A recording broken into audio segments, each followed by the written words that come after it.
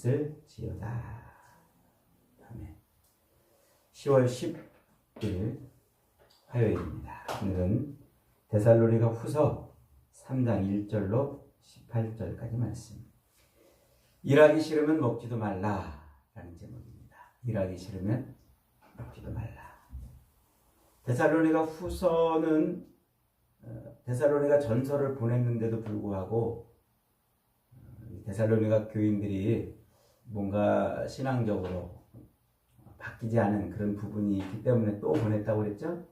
그래서 짧은 3장밖에 안 되는 짧은 편지임에도 불구하고 이 말씀 속에는 아주 강력한 사도 바울의 권고가 들어있어요. 그 데살로니가 교인들이 가지고 있는 지금 빠져 있는 그런 문제 가운데 하나가 뭐냐면 주님이 금방 재림하실 것이다 하는 요 시한부 종말론. 우리식으로 표현하자면 시한부 종말론이에요. 주님이 이제 금방 재림하실 것이다. 그래서 여러 가지 많은 혼동을 겪고 있고 그 중에 하나가 이제 생업을 멈춘 거예요. 삶의 생업을 멈추고 그렇게 재림을 기다리고 있는 그런 상태에 있는 겁니다. 그래서 사도 바울이 이제 일종의 그 시한부 종말론에 빠져 있는 그런 데살로니가 교인들을 향해서 권면을 하는 거죠. 그러니까 이 데살로니가 교인들은 주님이 이제 금방 오실 건데 세상이 이제 그걸로 끝날 건데 못하러 직장을 다니고 못하러 일을 하고 그러냐는 거예요. 그러면서 무의도식 그러면서 남한테 손을 벌리고 남한테 당장 일하지 않으니까 먹을 게 없으니까 남한테 도움을 청하면서 그러면서 다른 사람의 삶을 방해하는 사람들이 늘어나고 있는 거예요. 안 먹고 정말 주님이 재림하시는 것이 금방 올 것이라고 생각해서 안 먹을 거기로 작정했으면 계속 굶어야죠. 끝까지 금식하고 계속 그러고 있어야죠. 근데 또 이 사람이 안 먹을 수는 없는 거 아닙니까? 금방 올 줄 알았더니 하루 이틀 며칠씩 지나가니까 할 수 없이 먹어야 되잖아요.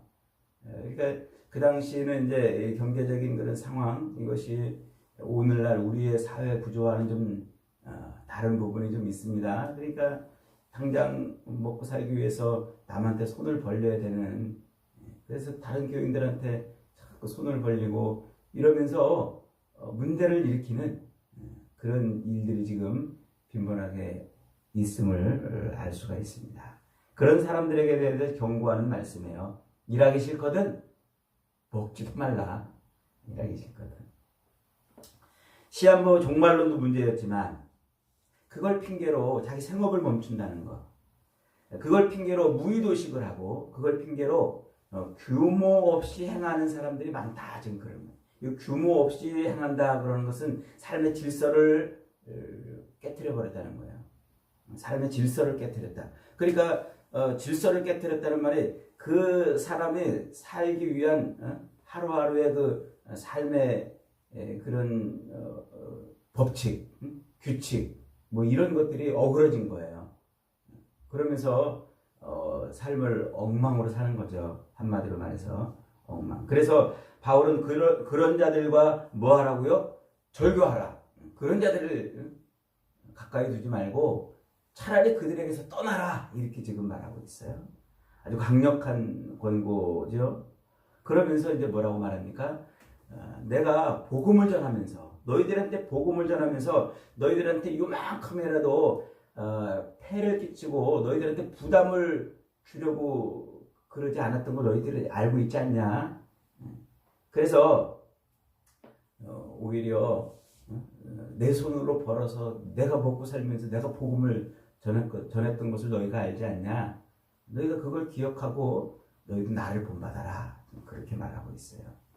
6절 한번 읽어봅니다. 6절 시작. 형제들아 우리 주 예수 그리스도의 이름으로 너희를 명하노니 게으르게 행하고 우리에게서 받은 전통대로 행하지 아니한 모든 형제에게서 떠나라 그랬어요. 우리 주 예수 그리스도의 이름으로 너희를 명하노니, 이 말은 아주 강력한 권고예요. 지금 바울이 예수 그리스도의 그 권위와 그 권세를 힘입어서 지금 명령하는 거예요. 그러면서 이 교회의 건덕을 해치는 그런 자들에게서 떠나라, 단호한 조치를 취하라는 거죠. 그러면서 이렇게까지 말해요. 10절로 12절 한번 읽어봅니다. 시작. 우리가 너희와 함께 있을 때에 너희에게 명하기를 누구든지 일하기 싫어하거든 먹지도 말게 하라 하였더니, 우리가 들은즉 너희 가운데서 게으르게 행하여 도무지 일하지 아니하고 일을 만들기만 하는 자들이 있다 하니, 이런 자들에게 우리가 명하고 우리 주 예수 그리스도 안에서 권면하기를 조용히 일하여 자기 양식을 먹으라 하노라. 이 일하기 싫거든 먹지도 말라, 이 말은 유대인들의, 그 당시 유대인들의 격언이에요. 속담 같은 거죠. 유대인들은 이 출애굽기의 그 레위기, 출애굽기나 레위기의 그 명령을 따라서 엿새 동안 힘써 일하고 하루를 안식하잖아요. 그래서 엿새 동안 힘써 일하는 이것이 그들의 삶의 아주 중요한 원리예요. 그래서 그 삶의 원리를 가지고 살던 이제 사람들이 만들어낸 격언이 일하기 싫거든 먹지도 마라. 이게 유대인의 격언이란 말이죠. 근데 사도 바울은 이 유대 율법을 아주 그냥 뭐 통달했던 사람 아닙니까? 그러니까 그 유대 율법을 통달하면서 그 유대 격언을 가지고서 지금 이 데살로니가 교인들을 권면하고 있다는 것은, 그가 가지고 있는 이 노동의 관, 일하는 삶의 어떤 그것이 무엇인가를 아주 이 한 구절로 명확하게 보여주고 있습니다. 그러니까 주님이 오시든 안 오시든 우리는 언제든지 뭐 하고 있어야 돼요? 일하고 있어야 된다는 거예요. 일하고. 주님이 언제 오실지 모르니까 일하고 있어야지, 언제 오실지 모르니까 일 안 하고 있다는 것은 뭐가 뒤바뀌었다는 거예요. 잘못됐다는 거예요. 언제 오실지 알면 일 안 해도 될 수 있겠죠. 근데 언제 오실지 모르는데 왜 일 안 하고 있냐는 거예요. 그래서 우리 인간은 하나님이 주신 명령대로 일하는 존재로 살아야 된다는 거예요. 그것이 마땅하다. 이거는 사도 바울의 이 노동관, 이게 이제 종교개혁자들에게까지 그대로 이어져요. 그래서 종교개혁자들도 굉장히 이 부분에 대해서 아주 강조를 많이 해요. 그래서 이 노동, 우리가 하고 있는 일, 그래서 노동을 아주 굉장히 천시 여기는 것이 아니라 아주 중하게 여겨요. 우리는 노동을 아주 천시 여기는 그런 시대를 살고 있어요, 사실. 그런데 성경은 우리에게 뭐라고 말해요? 노동이 굉장히 우리 인생에, 인간에게 중요한 것이라고 지금 말하고 있는 거예요. 사람이 일하는 것은 하나님 앞에 뭐 하는 거예요? 자기 신앙을 표현하는 것이고, 자기의 일을 하는 것이 바로 하나님의 영광을 드러내는 것이라, 이렇게 이제 말하고 있어요. 창세기 3장 19절 말씀에 보면 이런 말씀이 있어요. 아담과 이제 하와 에덴 동산에서 그 죄를 짓고 이제 쫓겨나잖아요. 쫓겨나면서 하나님께서 이제 뭐라고 말하냐면, 아담에게 네가 얼굴에 땀이 흘러야 식물을 먹을 것이다. 얼굴에 땀이 흘러야 식물을 먹을 것이다. 이렇게 말합니다. 그러니까 이 땀 흘리는 것, 열심히 일을 하는 것, 그것이 하나님이 주신, 그에게 주신 인생의 과제예요. 명령이고 삶의 원리라는 거죠. 그래서 사람은 열심히 일을 하는 존재가 되어 있는 거죠. 출애굽기 20장 9절로 10절에서 하나님은 모세를 통해서 십계명을 주시면서 엿새 동안 힘써 일하며 제7일은 여호와의 안식일인즉 쉬라, 이렇게 이제 말씀하고 있잖아요.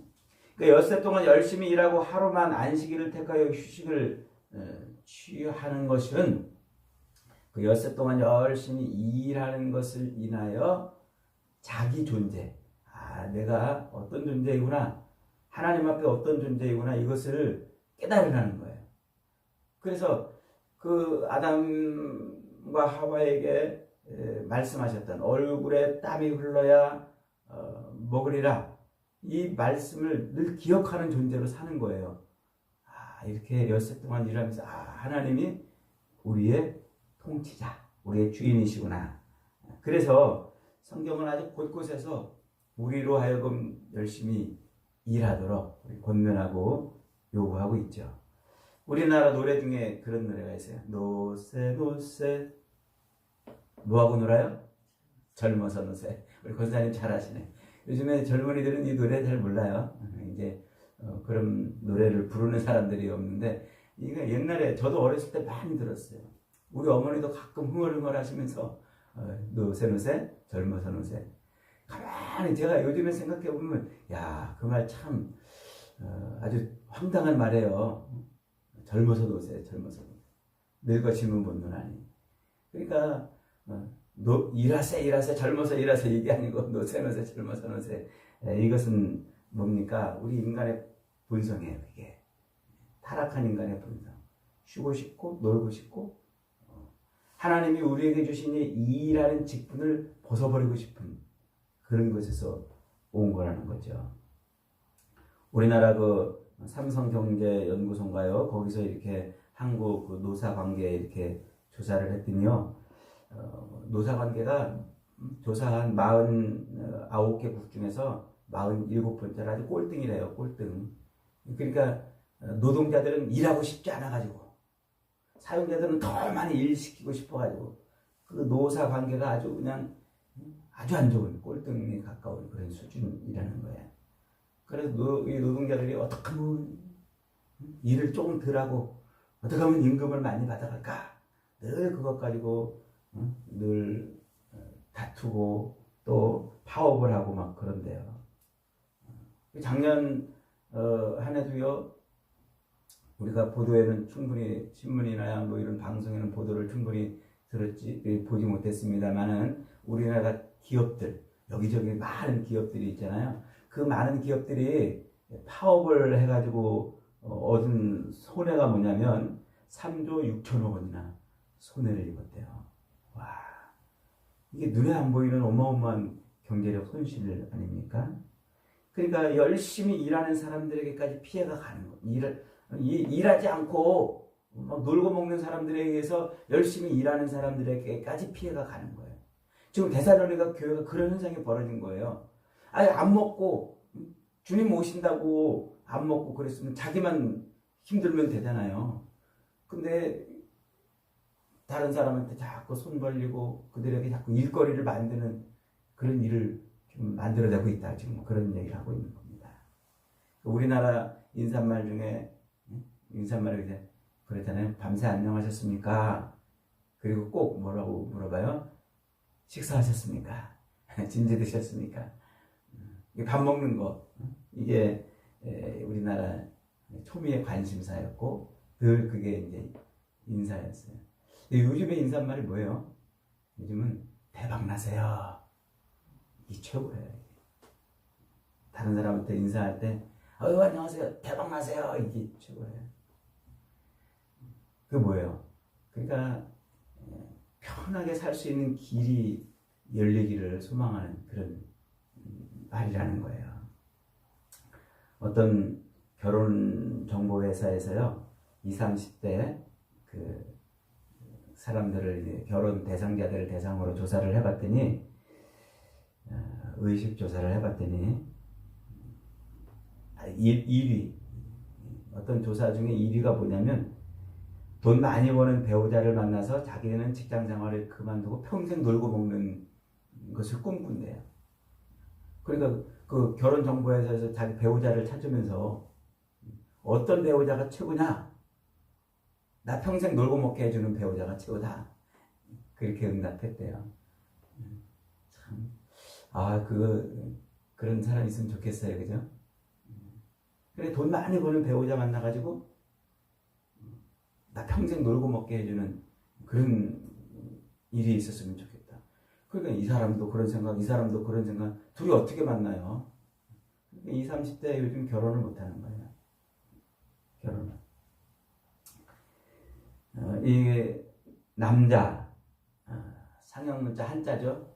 남자를 보면은, 남자는 밭전자에 힘력자가 붙어 있는 거예요. 그래서 열심히 밭에 나가서 일하는 사람이 남자. 또 부인 부자 있죠? 부인 부자. 한자로 부인 부자는 이 여자가 빗자루 들고 있는 모습. 계집녀 옆에 빗자루 들고 있는 모습.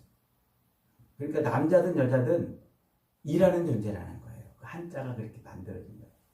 이 한자가 성경을 담아내는 그런 것들이 많이 있어요. 남자는 밭에 나가서 일하고 여자는 집안에서 일하고 이게 한자에 담겨있는 뜻이라고 그러죠. 우리가 왜 열심히 일해야 되냐면 하나님이 우리를 만드시고 하나님이 우리를 지으시고 에덴 동산에 두시면서 그렇게 일하도록 그런 존재로 만드셨기 때문에 그래요. 그래서 골로새 교회를 향해서도 바울이 그런 말을 한 적이 있어요. 골로새 교인들한테 야 너희가 무슨 일을 하든지 항상 죽게 대하듯 하라. 그래요. 너희가 어떤 일을 하든지 무슨 나가서 무슨 일을 하든지 간에 누구를 대하듯 항상 죽게 대하듯 하라. 이 말은 하나님께서 자기 인생에 주신 그 일을 책임지고 하라는 거예요. 책임지고. 그러니까 그 일에 대해서 언제든지 하나님 앞에서 하는 것처럼 하라 그런 거죠. 겨우 눈치 보면서 겨우 먹고 살기 위해서 하는 것. 그런 것은 하나님께 대하듯 하는 것이 아니에요. 태초에 아담을 에덴 동산으로 이끌어 놓으신 하나님, 그리고 아담에게 일을 맡기신 분이 하나님이세요. 그 원리는 지금도 우리에게 그대로 적용이 되는 거예요. 우리가 하는 이 모든 일이 내 마음대로 그리고 내가 생각하고 내가 선택한 것 같지만 사실은 보이지 않는 하나님이 그렇게 우리를 끌어다 놓고 그 일을 하게 하시는 거예요. 그래서 여러분 가만히 이렇게 보세요. 이 성경이 뭐예요? 구속사잖아요. 구속사. 하나님이 우리 세상을 구원하시기 위해서 역사를 끌고 갔다. 그래서 그걸 구속사, 구원사 이렇게 말해요. 그런데 그 구원사를 하나님이 어떻게 끌고 가냐면 어느 순간 하나님이 딱 나타나가지고 그냥 인간들을 그냥 그 죄 지은 인간들을 번쩍 들어서 내가 너희를 구원했다 이렇게 안 하고 그 오랜 세월, 오랜 시간 동안 수많은 사람들을 태어나게 하고 죽게 하고 살게 하는 그 역사에 그 모든 시간들을 채워가면서 하나님의 구원사를 만들어내요.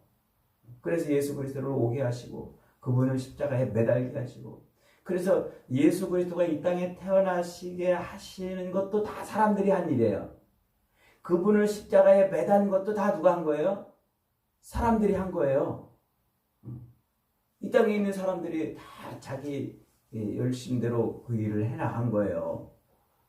그리고 그 십자가에 매달린 예수를 또 돌아다니면서 막 전하는 것도 또 사람들이 하는 거예요. 그걸 또 핍박하는 사람들도 사람들이 하는 것이고 주님이 재림하실 때까지 그렇게 하나님의 구속사는 다 사람들의 삶의 역사가 이렇게 저렇게 맞춰지고 퍼즐 조각처럼 척척척 맞춰져서 이뤄내는 거예요. 그게 다 어디 안에 있다고요? 하나님의 계획 안에 있다고요.